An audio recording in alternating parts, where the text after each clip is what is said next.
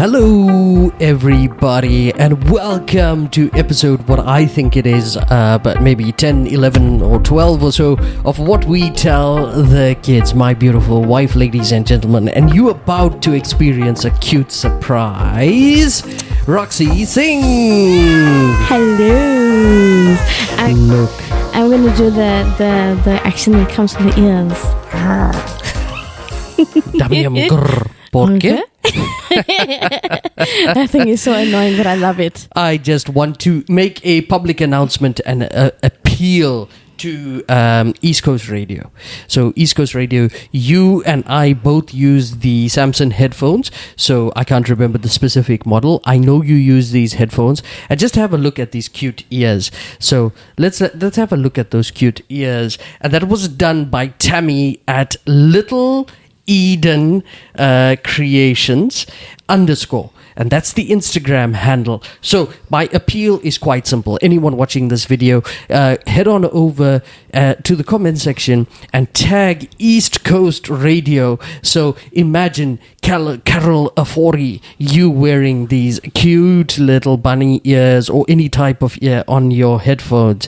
Imagine Stacey Norman. Hell, Darren Mall, even if you want to rock a pair of these ears, go ahead and tag them in the comments. I'm going to tag them. Amazing. And I'm going to hound East Coast Radio till you sort of open your hearts up to Little Eden Creations _ They're based in Scottsboro, and I don't know if I pronounced that right, yes, but correct. yes, Scottsboro, and it's Tammy, and I think it's going to be a rocking little piece to your headphones, like it is to my wives. Oh, I love it. Wives, I said wives to my wives. So yeah, the English is not Englishing today, but yes, East Coast Radio, we're going to put Little Eden Creations on your radar. Yes. My beautiful wife, what's our topic for today? Okay, so I'm so conflicted, right? But I must say that there's something lying heavy on my heart that I need to offload. And I don't know, I just feel that it's a topic that I've been seeing, or rather, it's something that I've been seeing going around that I'm a bit conflicted with, and because I don't know how to feel about it. The thing that I think I'd like to call it is mirrored lives, right? Because we kind of live in a society where people think that your appearance is the be-all, end-all. And I'm speaking from a personal point of view, right? I don't know why women are so judgy of other women. Such a judgy generation we live in.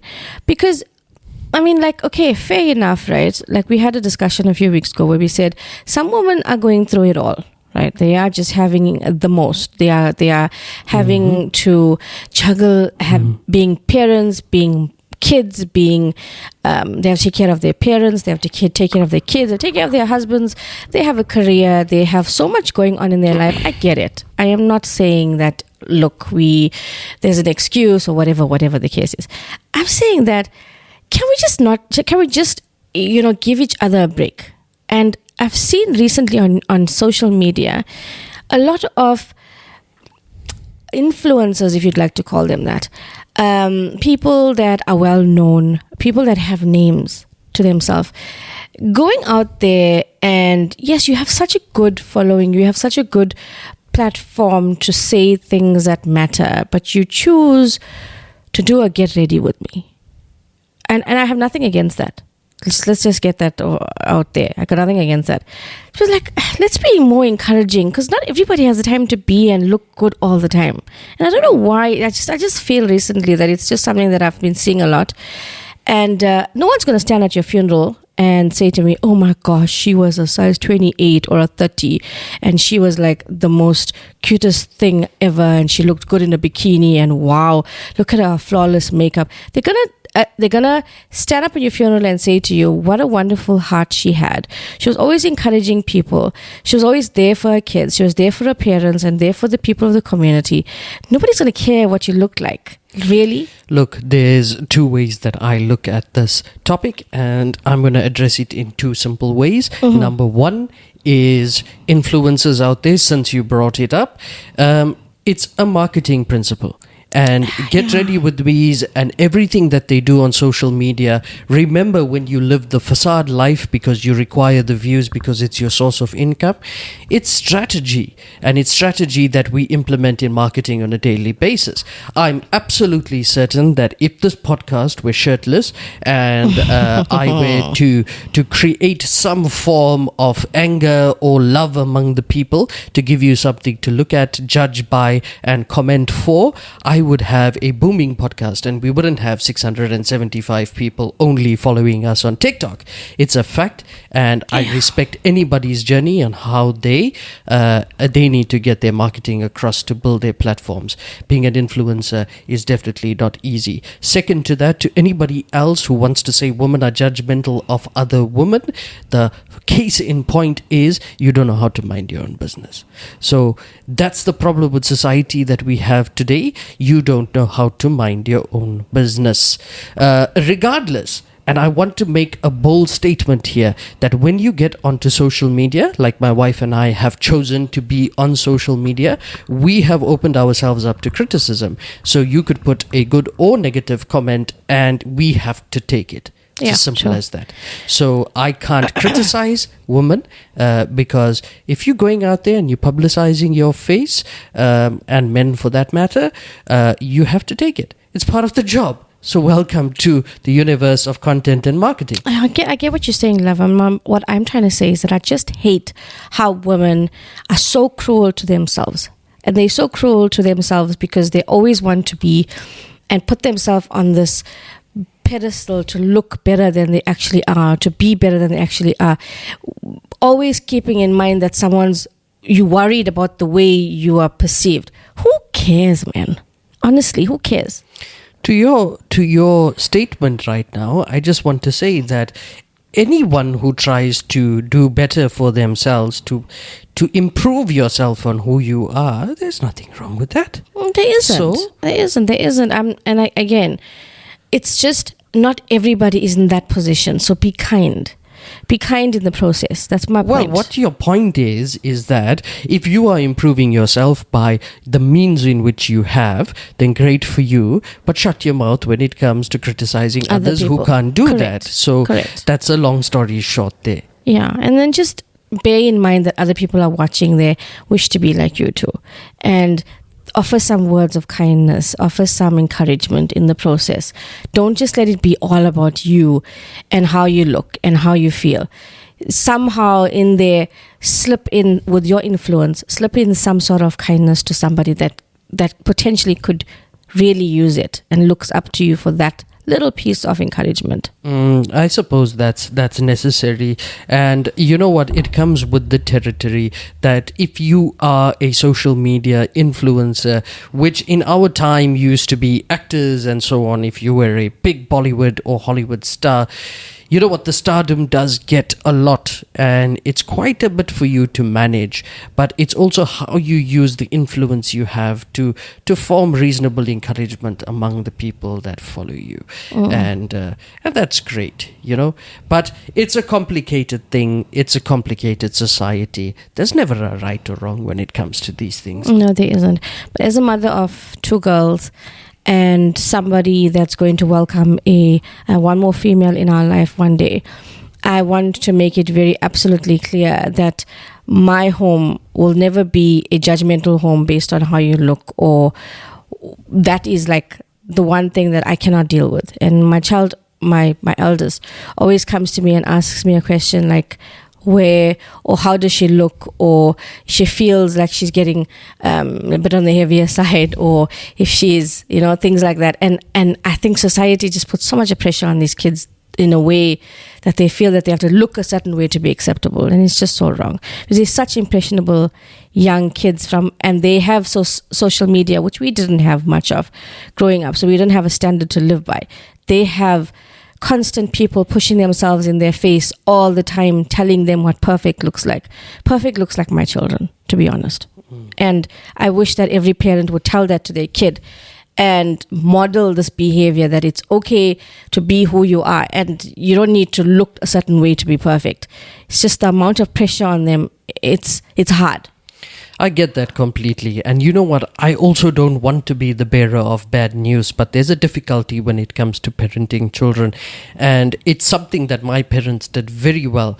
That if I was pondering within the realm of becoming morbidly obese, they would point it out. So there was my social media.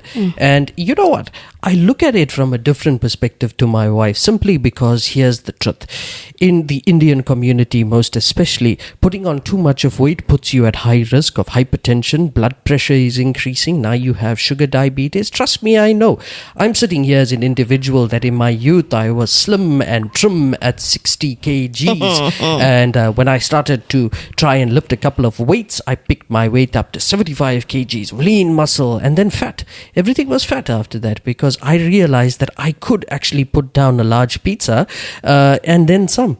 So the reality will always be true that no matter how we try to sugarcoat things to our children, sometimes, like being realistic with ourselves, the need for us to be at gym because we're trying to preserve our health, I was going to say health, as we get older, is significantly important. And I guess that these influences that are young, slim and tender, they want to model an appearance that inspires our kids. It probably is an appearance that inspires our kids. If it's inspirational enough to get your child into gym, then that influencer is doing a really good job. Yeah. That influencer is really making a significant impact on your child's life. Good to those that can inspire in those ways, because I'm yet to find someone that's inspired me to get into the gym to reduce my blood pressure. You know, the thing is, like when we were kids, right, when we were growing up, it was okay. Our parents could come up to us and tell us, you need to lose weight, you're getting a bit fat. I mean, there were many times that my mom said, you're getting lazy, you need to really lose some weight. And I didn't take offense to it. Dare I tell that to my child? It would be taken in the most horrible way, the most judgy way ever. Oh, now you're telling me I'm fat. I hate it. You don't like me. And it's perceived so differently compared to when we were kids. And it's social media. It's the stigma around influencers, around people that tell these kids that their parents are now judging them. And I don't know. But it goes back to one of the very first podcasts which we created, and that's where I said that we raise our children too soft. I was of the opinion that we raise our children too soft, and I stand by that opinion, and I still will continue to do that. And this is a history book for our kids that will come back one day to watch this video and remember that you are so loved. You are loved, but there are some things that we need to make sacrifices for as a family. Something like better food habits, better health habits, better training schedules, better things that we need to do. And it's an undertaking. Remember, if you want to change the psychology, you need to do it in togetherness. For instance, and I'm going to put this out there, another series that we're watching on, which we are currently hooked. I've watched it before, so has my wife, but we are doing it with our children now, is The Chosen. Let's tell the people a little bit about The Chosen. Goodness. And it's the story of Jesus of Nazareth. Yeah. And it's a recital of the Bible in the most creative way. We remember in the first podcast we did a couple of months ago, weeks, it was the House of David. I'm coming back to say The Chosen, and I'm using this as an example because imagine trying to influence religion within a household. Two of my kids are Christian, and if I want to inspire them, does it mean I should shout at you? I wanted to say shout you. See, the Indian in me wants to come out. Should I shout at you and tell you to go and read your Bible? Or should I encourage myself to actually pick up the Bible, read it with you, and also watch movies or series about these things? I think it should be the latter. Yeah, no. Look, the series on its own from season 1 to 5, they've released some new episodes now in season 5. But the season that we started from was 1 all over again. And it's such a good, interesting way for my children to start looking at the Bible in pictures. Because we tell them, like you said, we tell them to read the Bible. They have no clue what they're reading. They'll read the same passage 50 times and not know what is going on. Now they get to watch it in a movie. And I feel like they're so much more interactive. They're asking questions. I get to teach them in a way that gets them asking questions that are actually worth answering, because I'm the type of person, I and I'm sorry, it's just me. I hate answering questions that I come across as silly. So yeah, my husband says there's nothing such as a stupid question. I do feel that it's some of the questions they ask, oh my goodness. But this way I get to interact with them, and it is precious, because a big part of me is my religion, if you know who I am and you know me and you know my life. And I am somebody that is not afraid to say what I have to say. And it's the hardest trying to get that to your children. You can go out there and say a lot of things to the rest of the world. Try doing it to your kids. They are the one set of audiences that will not take what you say at face value. They know you best, I guess. Yeah, well, that is an interesting fact and an interesting point. And I'm going to leave that on a high note here for this podcast episode. So just to recap everything that we spoke about, today I want to encourage people from my side, stop being judgmental of people you don't know. It's natural, of course, to go onto social media and feel entitlement to now voice your opinion on creators because they are different or they perceive themselves to be different. Look, from a creator's perspective, you open yourself up to this universe. It's difficult and it's time to start ignoring the hate. Yeah. But regardless of that, when it comes to personal criticisms on appearance and things like that, it's quite ungodly of you. So don't do that. Don't do that if you do believe in the spiritual power of religion. That's my simple statement for tonight, and that's what I'm going to say. Over to you, my love, to let the viewers go. Yeah, I just have one closing statement, which is do everything that you do with love. Be kind. And I think we started off saying in this podcast, saying the same thing. Do everything with kindness, and you'll see it works out so much better. Whether it's you an influencer, whether you're somebody that is great in the community, whether you're a leader, in a religious background or whatever it is, wherever you come from, if you have some eyes watching you, be kind, be loving, and approach things the way you would like to be approached. And that's all I have to say. Lovely, ladies and gentlemen, from the What We Tell the Kids parents. Bye, and we love you. Thank you. Bye. Bye.